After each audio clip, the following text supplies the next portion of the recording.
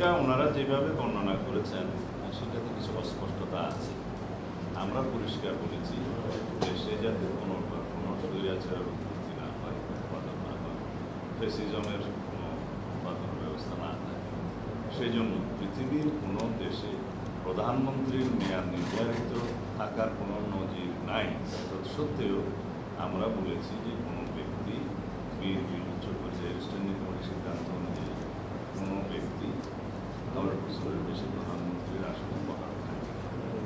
এটা সাথে আমরা এটা বলেছি প্রধানমন্ত্রী এবং সংসদ নির্বাহী বিভাগকে কার্যকরভাবে সরকার এবং রাষ্ট্র পরিচালনার সাথে তার কর্মপরিধির মধ্যে অন্য কোনো অর্গান এবং অন্য কোনো বডি সৃষ্টি করে যাতে তার কর্মকাণ্ডকে ব্যাহত না করে, সেই জন্য আমরা এনসিসি জাতীয় কোনো ধারণার সাথে একমত হইনি। এটাই ছিল আমাদের শর্ত।